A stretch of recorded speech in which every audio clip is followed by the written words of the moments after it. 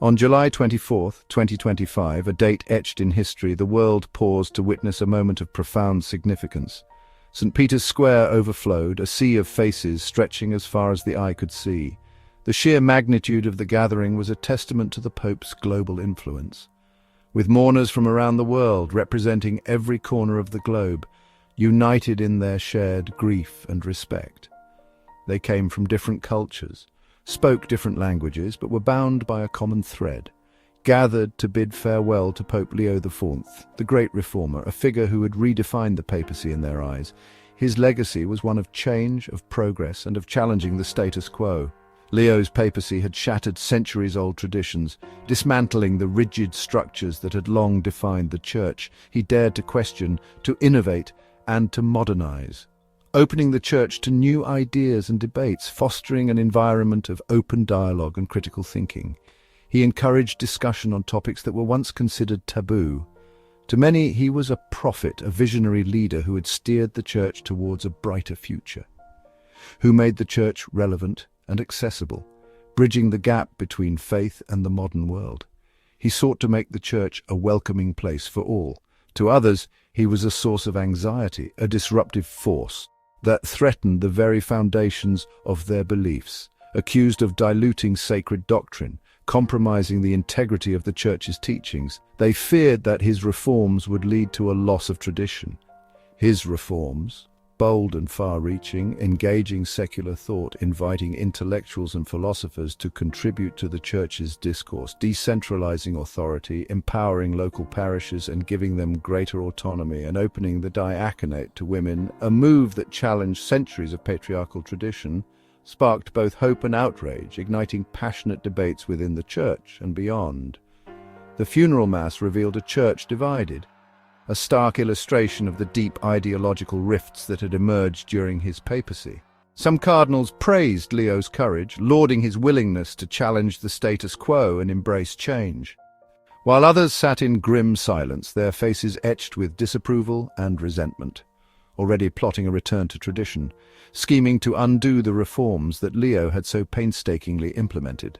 As Leo's coffin descended into the grottos, the final resting place of popes, the world watched, captivated by the unfolding drama and the implications for the future of the Catholic Church.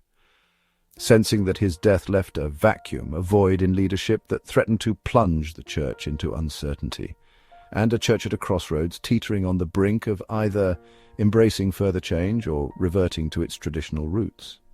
The question was clear, a defining moment that would shape the destiny of the Church for decades to come. Would the Church continue on the path of reform, building upon the foundation that Leo had laid? Or would tradition reclaim control? Would the old guard succeed in reversing the changes and restoring the Church to its former state? The upcoming conclave would decide, a gathering of cardinals cloistered in the Sistine Chapel to elect Leo's successor, not just a new pope, but the future direction of the entire Catholic Church. But the very soul of Catholicism, its identity, and its place in the modern world. The future was uncertain, shrouded in mystery and anticipation, with two opposing visions locked in a fierce battle for the heart and soul of the Church, vying to define the next era, to shape the Church's identity and its relationship with the world. The battle lines were drawn. The stage was set for a clash of ideologies. And the stage was set for a pivotal moment in the history of the Catholic Church, for a struggle that would shape generations, determining the course of Catholicism for decades to come. The Church mourned a leader, a man who had dared to challenge the status quo. But the real conflict was just beginning. The battle for the soul of Catholicism was about to unfold. The world waited with bated breath, watching with intense interest, to see which vision would prevail, which path the Church would ultimately choose.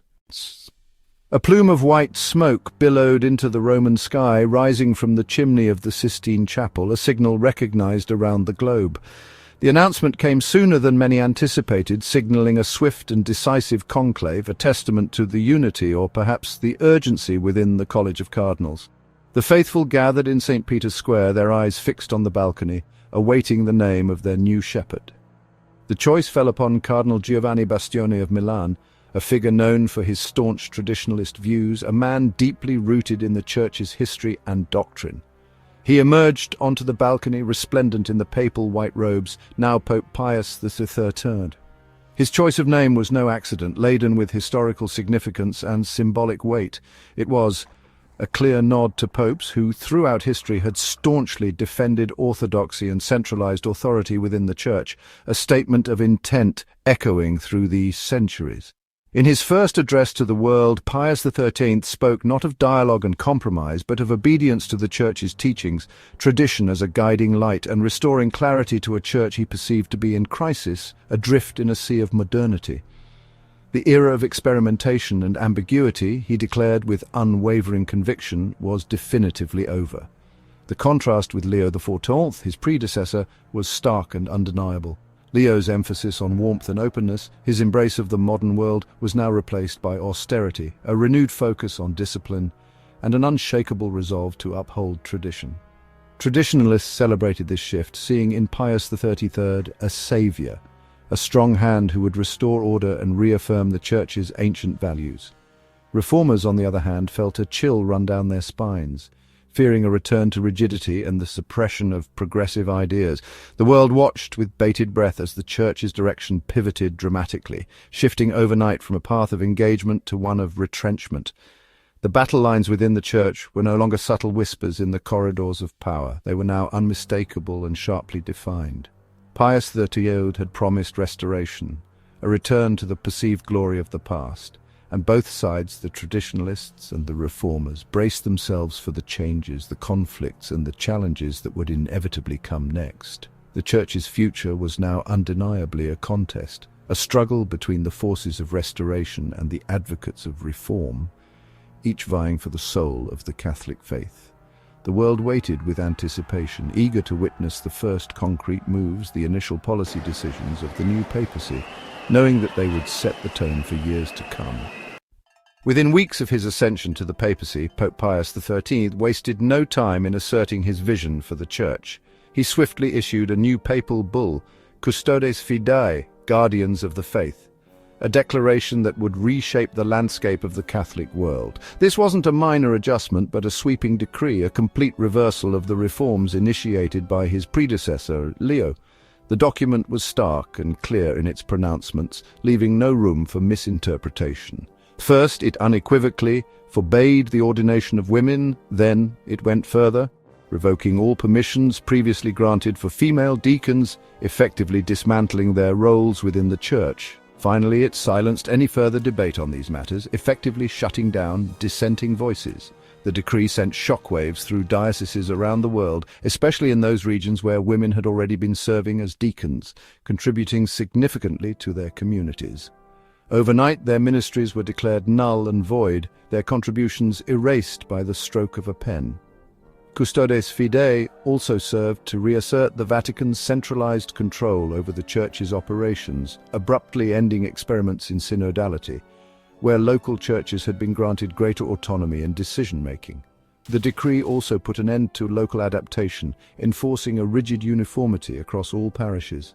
The traditional Latin liturgy was restored to its former prominence, and strict, unwavering stances on traditional morality were once again reaffirmed as the guiding principles of the Church. The underlying message was clear. Unity could only be achieved through obedience to the Holy See, not through open dialogue or compromise. The Pope and his advisors argued that Leo's reforms, while well-intentioned, had ultimately led to chaos and division within the Church, and that only a return to tradition could restore order and stability. The decree was not presented as an invitation to discuss or negotiate, but as an ultimatum, a final and non-negotiable order. Every Catholic, from the highest-ranking Cardinal to the newest member of the flock, was now forced to choose a side, to either comply with the new directives or resist them. The era of open debate and theological exploration was definitively over, and the era of unquestioning obedience to the Vatican had officially begun. The response to Custodes Fidei was immediate, and fierce protests erupted worldwide. Dismissed female deacons became symbols of resistance, vowing to continue their ministries. Bishops in Germany and Austria openly defied the decree, refusing to implement its harshest measures. Organized disobedience spread, with many clergy quietly maintaining the status quo. Reform-minded Catholics mobilized online, launching petitions and financial boycotts. The Vatican's demand for unity had instead sparked a global movement of defiance. The Church was no longer just divided, it was in open rebellion. The battle for the Church's soul had moved from debate to direct action. Pope Pius XIII responded to dissent with swift severity, making an example of Cardinal Luis Antonio Tagle. Tagle, beloved and seen as Leo's spiritual heir, called for dialogue after Custodes Fidei. The Vatican's response, Tagle was stripped of his post and exiled to a remote diocese in Argentina. The message was clear: no one, however prominent, was safe from punishment. Fear spread among bishops and clergy. Public dissent faded as loyalty was stressed. Yet Tagle's punishment only fueled the resistance, making him a martyr for reform. "We are all Tagle" became a rallying cry at protests and online. Secret networks of reformers grew more determined, even as public debate was silenced. The Vatican's crackdown deepened the divide, driving opposition underground. Outward unity masked a church more fractured than ever. The Vatican defended its actions, with Cardinal Robert Sarah leading the charge. He argued that Custodes Fidei was an act of pastoral charity, restoring clarity and truth. Endless debate, he claimed, had left the faithful confused and the Church adrift. True unity, Sarah insisted, came from shared faith and obedience, not diversity of opinion. The Vatican rejected the Big Tent model, calling for a return to tradition. The Church's role, they said, was not to mirror the world, but to stand as a beacon of truth. The reversal of reforms was framed as a bold prophetic act for the future. The Vatican's message: clarity is mercy and tradition is the path forward. The Church split into two camps: the traditionalists of Pius XIII and the resistance inspired by Leo IV. One side embraced obedience, tradition, and centralized authority; the other dialogue, inclusivity, and local adaptation. Parishes and families were divided, with neighboring churches feeling like different religions. The schism was unofficial, but real, with both sides claiming to be the true church. The universal unity of Catholicism was fractured at every level. Each side saw itself as the guardian of the faith, and the other as a threat. There was no middle ground, only deepening division. The Church was at war with itself, teetering on the edge of formal rupture. The wounds ran deep, and reconciliation seemed impossible. The future of Catholicism hung in the balance. Amid the conflict, a silent majority of Catholics remained unmoved by ideology, focused on daily faith. They valued their local parishes and priests, not the battles raging in Rome. Both traditionalists and reformers claimed to speak for this group, each insisting the majority was on their side. The Vatican promised order and clarity. Reformers pointed to the acceptance of lay ministers and inclusive practices. The silent majority's true allegiance was unclear, but their choice would shape the Church's future. The struggle for their hearts and minds intensified. The fate of Catholicism depended on which vision this quiet center would embrace. The Church's destiny rested with those who spoke the least. As of July 24, 2025, the Church stands at a crossroads: surface unity, but deep division. Pius XIII's firm hand has enforced compliance, but at the cost of a bitter internal rift. The rebellion simmers beneath the surface, ready to ignite again. Traditionalists control the levers of power, confident that time and providence are on their side.